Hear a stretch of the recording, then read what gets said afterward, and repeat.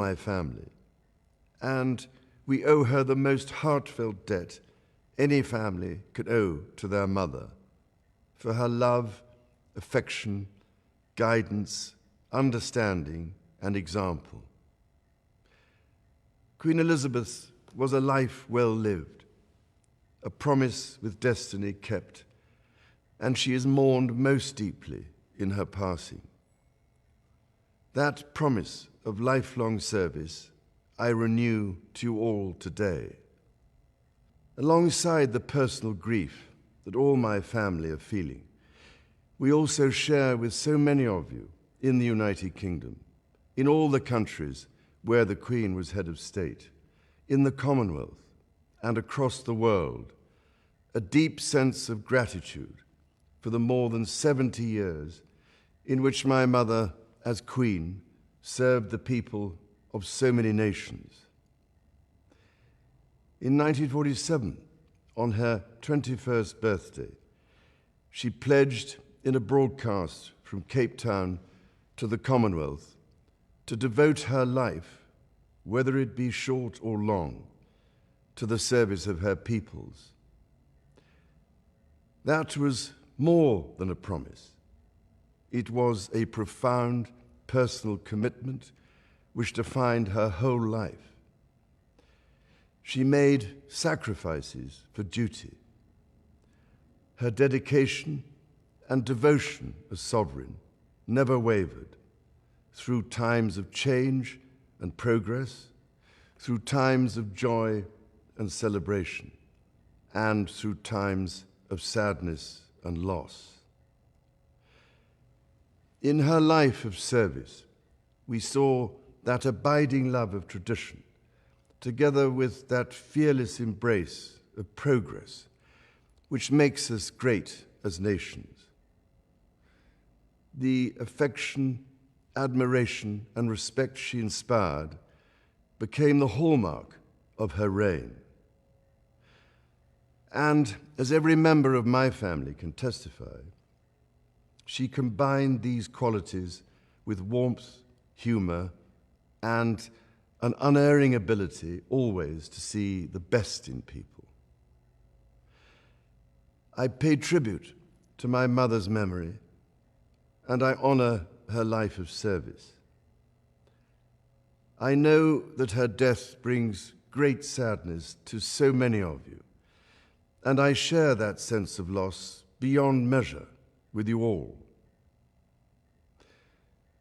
When the Queen came to the throne, Britain and the world were still coping with the privations and aftermath of the Second World War, and still living by the conventions of earlier times. In the course of the last 70 years, we have seen our society become one of many cultures and many faiths.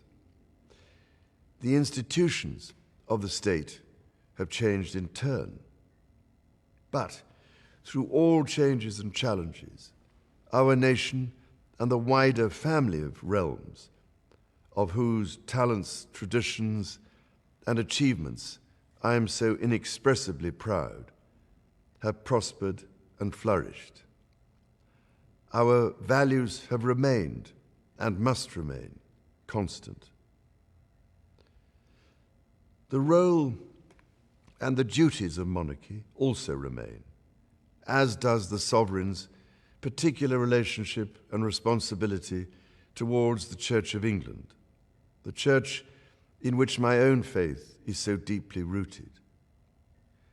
In that faith and the values it inspires, I have been brought up to cherish a sense of duty to others and to hold in the greatest respect the precious traditions, freedoms, and responsibilities of our unique history and our system of parliamentary government.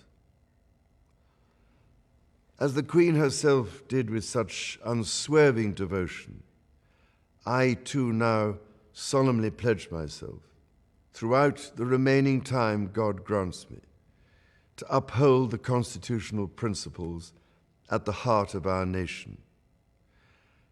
And wherever you may live in the United Kingdom, or in the realms and territories across the world, and whatever may be your background or beliefs, I shall endeavor to serve you with loyalty, respect, and love, as I have throughout my life.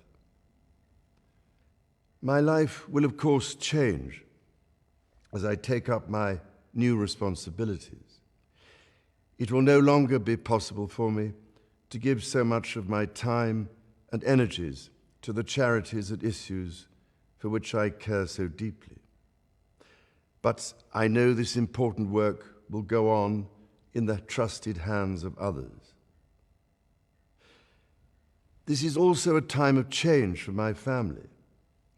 I count on the loving help of my darling wife, Camilla. In recognition of her own loyal public service since our marriage 17 years ago, she becomes my Queen Consort. I know she will bring to the demands of her new role the steadfast devotion to duty on which I have come to rely so much. As my heir, William now assumes the Scottish titles which have meant so much to me. He succeeds me as Duke of Cornwall and takes on the responsibilities for the Duchy of Cornwall, which I have undertaken for more than 5 decades. Today, I am proud to create him Prince of Wales, Tywysog Cymru, the country whose title I've been so greatly privileged to bear during so much of my life and duty. With Catherine beside him, our new Prince and Princess of Wales will, I know, continue to inspire and lead our national conversations, helping to bring the marginal to the centre ground, where vital help can be given. I want also to express my love for Harry and Meghan as they continue to build their lives overseas. In a little over a week's time, we will come together as a nation, as a Commonwealth, and indeed a global community, to lay my beloved mother to rest.